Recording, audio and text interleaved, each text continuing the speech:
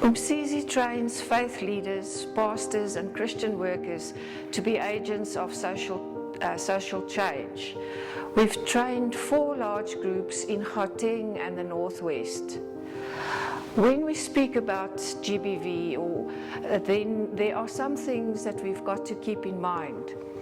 First of all, abuse comes when there's unequal power, depending on the one who is in power and how he or she uses his power. Mostly the victim is female, but there are females who also abuse. We must realize that culture gives men power over women, especially in our South African communities. It is a known factor that the male has got power, and he's got in a dominant position, and he can even use violence to enforce his power. So as a result, many men abuse women.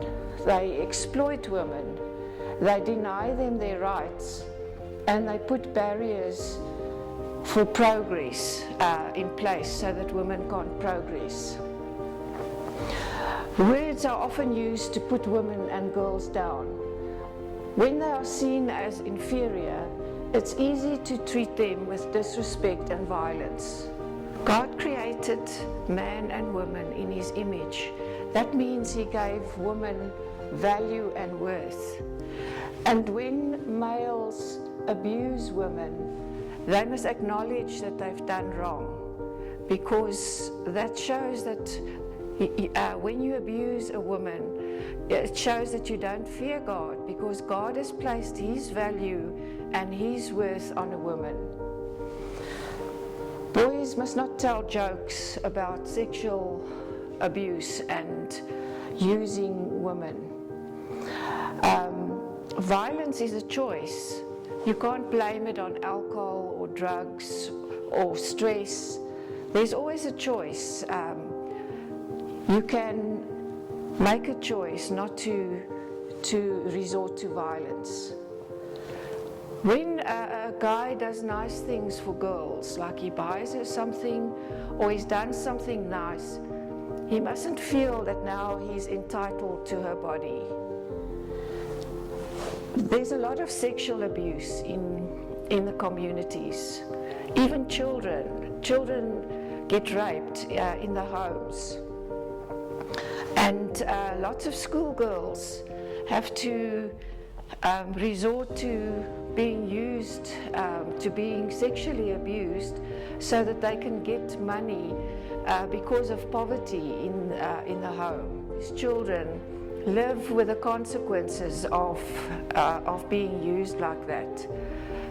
Depression, STDs, many things, social issues, and many psychological issues. These girls do not walk away from it feeling good, and a lot of men prey on girls, knowing that they need money.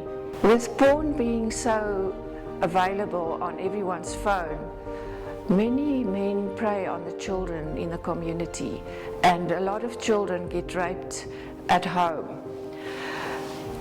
Even family members will rape other family members, and those crimes are often covered up.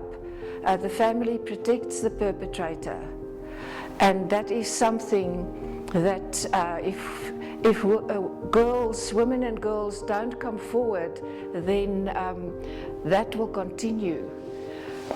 If we can look here, rape survivors face stigma from society. Now, stigma worsens their trauma and it hinders their recovery. It devalues their person. So they can't report because the family puts pressure on them to just accept it, because often the perpetrator gives them money or they bring food. So the victim has to live with that, and the victim can't get to a place of recovery.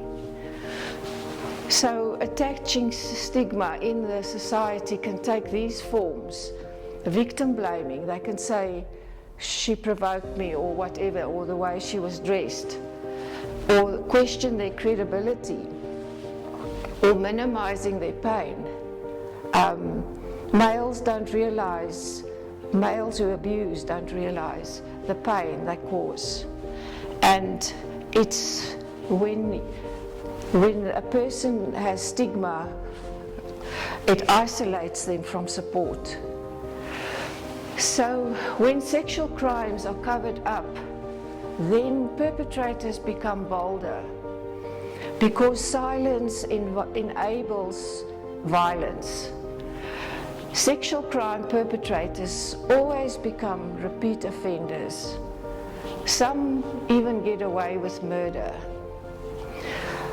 These unequal gender relations where men have got so much power lead to predatory behavior by males who prey on vulnerable women and children.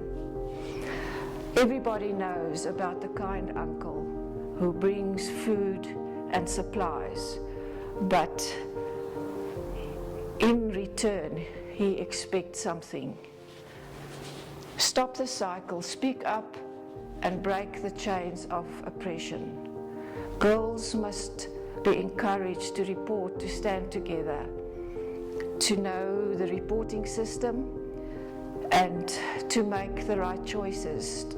To encourage girls, we must stand with them and inform them of the right choices and support them. Thank you.